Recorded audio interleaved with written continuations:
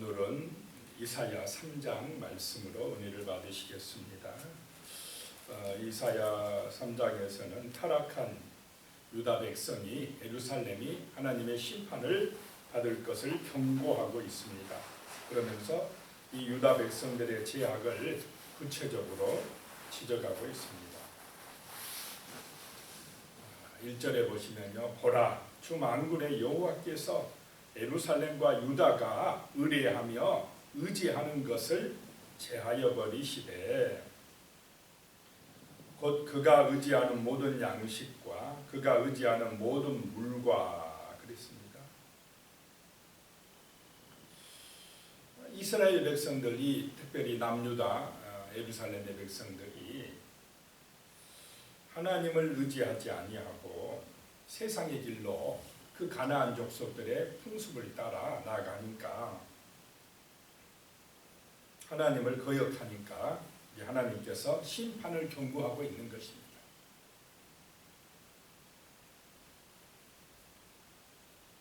그러면서 그들이 의뢰하고 의지하는 것을 끊어버리겠다는 것입니다. 제일 먼저 제하여 버리신다라고 하는 것은 모든 양식과 모든 물을 끊겠다라고 하는 것입니다. 이 말은 의식주의 문제, 그거 가지고 치시겠다는 것입니다. 전쟁이 탁 터지면, 전쟁이 일어나면 제일 먼저 뭐가 영향을 받습니까? 먹고 사는 문제가 영향을 받게 되어 있습니다.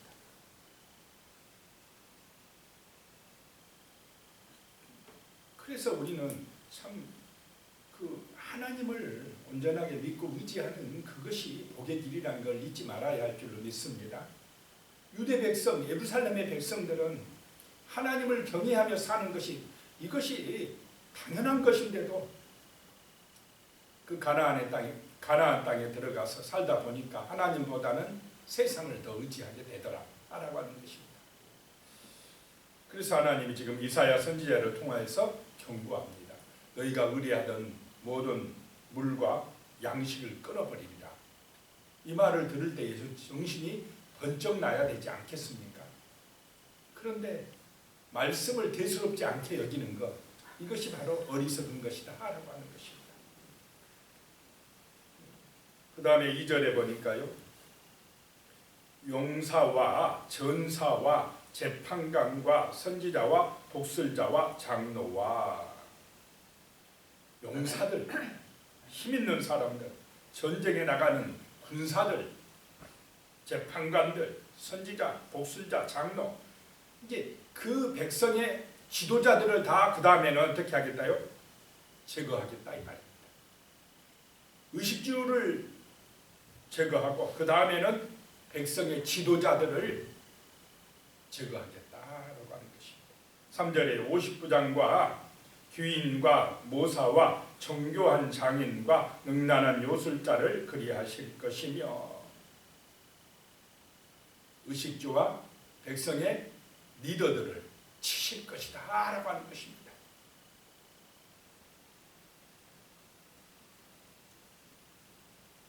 사절에요, 그가 또 소년들을 그들의 고관으로 삼으시며, 하나님이 소년들을 그들의 고관으로 삼으시며 아이들이 그들을 다스리게 하시리니, 왜 이렇게 되겠습니까? 백성의 지도자들이 다 죽게 되니까 이제 리더들이 없다라고 하는 것입니다. 그러니까 아이들이, 소년들이 고관이 되고 아이들이 다스리게 되고 이런 나라가 될 것이다 라고 하는 것입니다. 아이들이 뭐 알겠습니까? 나라가 어떻게 되겠습니까? 5절에요, 백성이 서로 학대하며 각기 이웃을 잔해하며 아이가 노인에게 비천한 자가 존귀한 자에게 교만할 것이며, 세상 나라가 이제 우습게 되어버린다는 것입니다. 질서가 없어지고 권위가 무너져버리고 혼란에 빠진다라고 하는 것입니다. 백성들이 서로 학대한다는 것입니다. 서로 분쟁하고 서로 헐뜯고 비방하고 싸워가는 그런 무질서한 혼란한 사회가 되어버린다는 것입니다. 아이들이 그냥 노인에게 함부로 대하고, 비천한 자들이 존귀한 자를 함부로 대하고, 막 그런 세상이 되게 하실 것이다라고 하는 것입니다. 6절에 혹시 사람이 자기 아버지 집에서 자기 형제를 붙잡고 말하기를 내게는 겉옷이 있으니 너는 우리의 통치자가 되어 이 폐허를 내 손 아래 두라 할 것이면,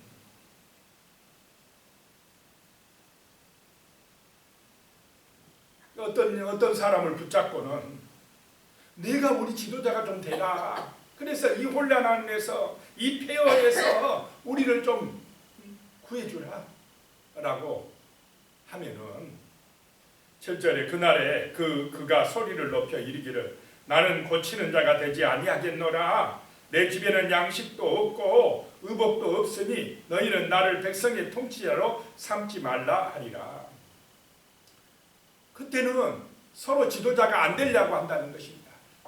그 리더가 되고 지도자가 되면 책임이 막중하기 때문에 그냥 하지 않겠다고 막 손사래를 친다라고 하는 것입니다.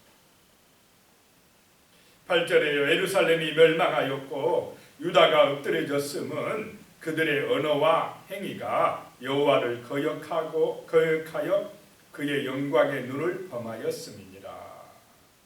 하나님을 대적하였음이니라. 하나님의 길에서 벗어났었느니라 라고 하는 것입니다. 예루살렘이 멸망하고 유다 나라가 엎드려지는 것은 그들의 언어, 그들의 행위가 하나님을 거역하였기 때문이라는 것입니다.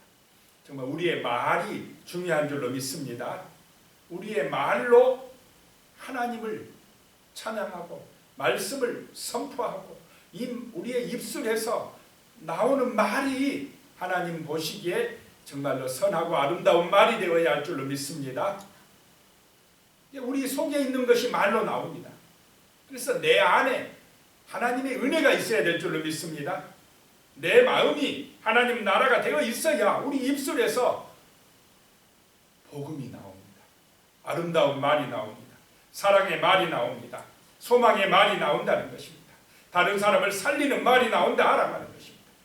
그런데 이 마음속이 굳어져 있거나 가시밭이 되어 있거나 길가밭, 이게 잘못되어 있으면, 돌짝밭이 되어 있으면 입술에서 나오는 것이 악한 것이 된다는 것입니다.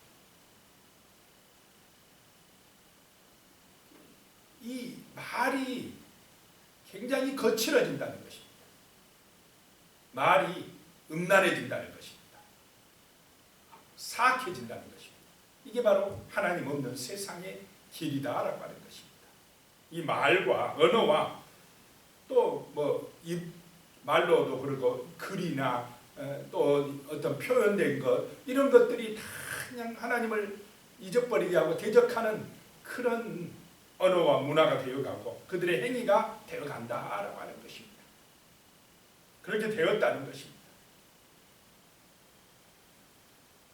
9절에요. 그들의 안색이 불리하게 증거하며 그들의 죄를 말해주고 숨기지 못함이 소돔과 같으니 그들의 영혼에 화가 있을진저 그들이 재앙을 자취하였도다. 그들의 안색이, 그들의 얼굴 표정에 죄가 나타난다는 것입니다. 그들의 얼굴이 죄를 증거한다라고 하는 것입니다. 그래서 죄를 숨기지 못하고 소돔과 고모라 같으니 그렇게 되면 그들의 영혼에 화가 있다는 것입니다. 그들의 영혼이 병들어 간다는 것입니다. 그들의 영혼이 만족이 없다라고 하는 것입니다. 사람의 영혼은 하나님을 만나야 되고 하나님에게 은혜를 받아야 되고 말씀의 양식을 삼아야 우리의 영혼이 온전해지고 견고해지고 아름다워질 줄로 믿습니다. 영혼이 잘되게 되어 있는 것입니다. 그런데 그들의 영혼에 화가 있다는 것입니다. 그들이 재앙을 불러온다는 것, 재앙을 자취한다는 것입니다. 그러나 10절에 너희는 의인에게 복이 있으리라 말하라. 그들은 그들의 행위의 열매를 먹을 것이며. 자, 우리의 삶이 행위가 아름다워야 될 줄로 믿습니다. 하나님이 기뻐하시는 삶이 되어야 된다는 것입니다. 그래야 의인이다 하는 것입니다. 주님과 함께 사는 복된 인생이 되시기 바랍니다. 11절에 악인에게는 화가 있으리니 이는 그의 손으로 행한 대로 그가 도움을 받을 것이며. 손으로 행한 대로 자기가 당한다라고 하는 것입니다. 자기가 받게 된다는 것입니다. 12절에요. 내 백성을 학대하는 자는 아이요 다스리는 자는 여자들이라. 내 백성이여 내 인도자들이 너를 유혹하여 내가 다닐 길을 어지럽히느니라. 백성을 학대하는 자가 아이들이라는 것입니다. 이 아이들이 이제 지도자가 돼가지고 백성을 힘들게 한다라고 하는 것입니다.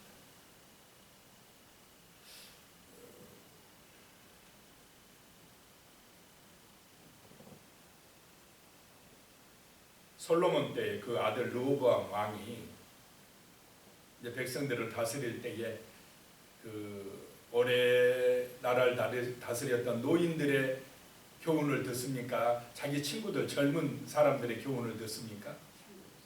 젊은 사람들의 말만 들어요. 그 말 듣고 나라를 다스리니까 나라가 잘 됐습니까? 분열되고 남북이 갈라져 버렸습니까? 갈라져 버렸어요. 이 젊은 사람들이 경험이 부족하니까 이 판단력, 지혜가 부족하니까 잘못된 교훈을 해버리니까 어린 왕이 그냥 잘못 판단을 해버려서 나라가 두 쪽이 나버렸다라고 하는 것입니다. 그런 일들이 일어날 것이라는 것입니다. 백성을 학대하는 자가 아이고 다스리는 자들이 여자들이라. 왜 여자들입니까? 남자들이 나가서 다 전쟁에 나가서 죽어버리니까 이제 지도자들이 없으니까 여자들이 나라를 통치하게 됩니다. 지금 같은 시대는 여자들이 뛰어나지만 옛날에는 여자들 학교도 제대로 다녔습니까? 못 다녔습니까?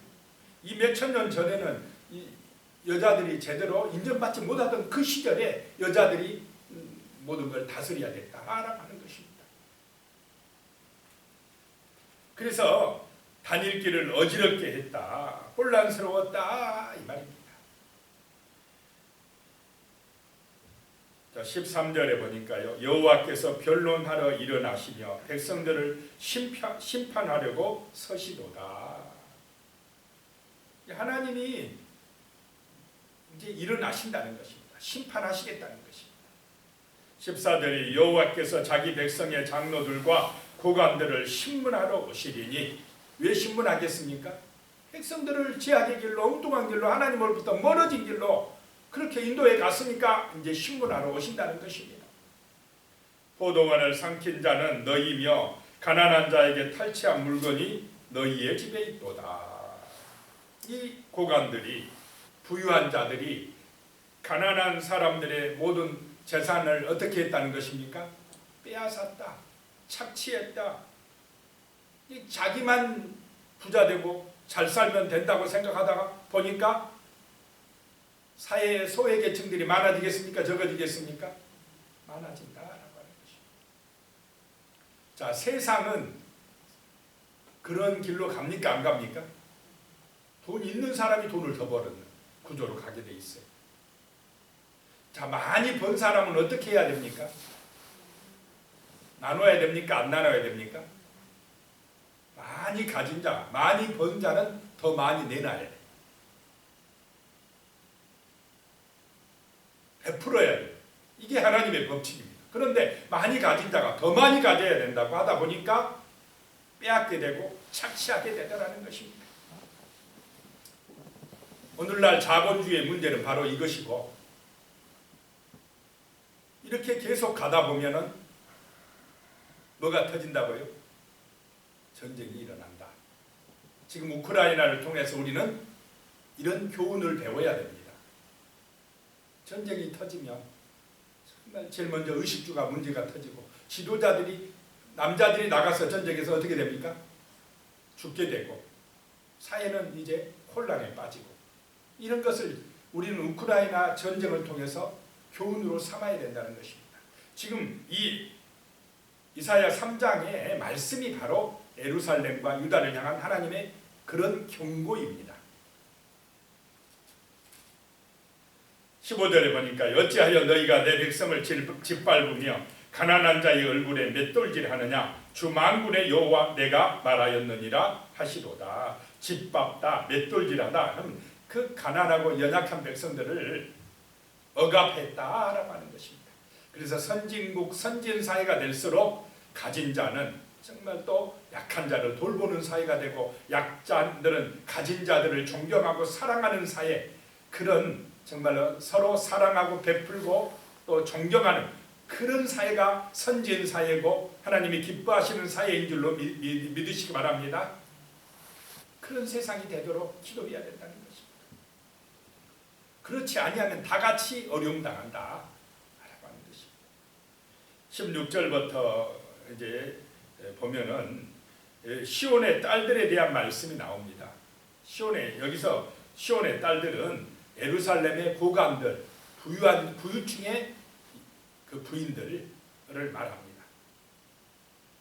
자, 돈이 많아지고 부유하고 하면은 그 여인들이 어떠하겠습니까? 자, 그런 이야기가 나옵니다. 16절에 여호와께서 또 말씀하시되 시온의 딸들이 교만하여 느린 목 정을 통하는 눈으로 다니며 아기작거려 걸으며 발로는 쟁쟁한 소리를 낸다 하시도다. 교만하다는 것입니다. 목을 뻣뻣하게 이렇게 느리고 다닌다. 교만하다. 사람이 돈 많고 막 그냥 치장하고 다니고 하면 여인들이 도도합니까? 안 합니까? 그런 모습을 지금 표현을 하고 있습니다. 정을 통하는 눈으로 다니며 아기작거리며 막 그냥 멋을 내고 다니면서 추파를 던진다는 것입니다.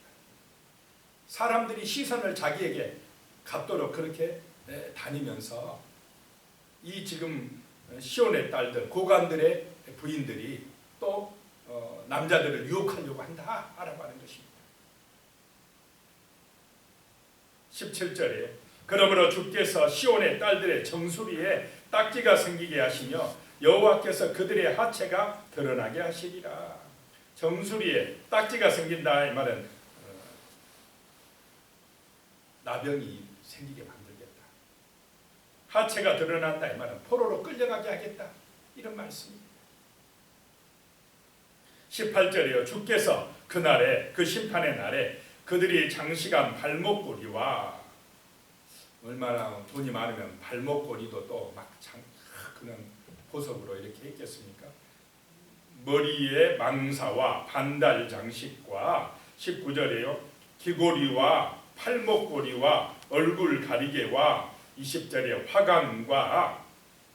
화관은 부적 같은 것입니다. 몸에 이제 어떤 기준품을 부적같이 가지고 다니면 안전하다 아마 이렇게 생각했는가 봅니다. 발목 사슬과 띠와 향악과 호신부가 부적 같은 겁니다. 호신부가 화관은 머리에 쓰는 거겠죠. 21절에 반지와 코고리와 자, 화려하고 사치스럽습니까? 그렇지 않습니까? 굉장히 화려하고 사치스럽다는 것입니다. 그러니까 자기를 꾸미고 막 가꾸고 보석 사고 이런 데는 돈을 투자하면서 이 가난하고 어려운 사람들은 돌보지 않았다라고 하는 것입니다. 베풀 줄을 몰랐다는 것입니다.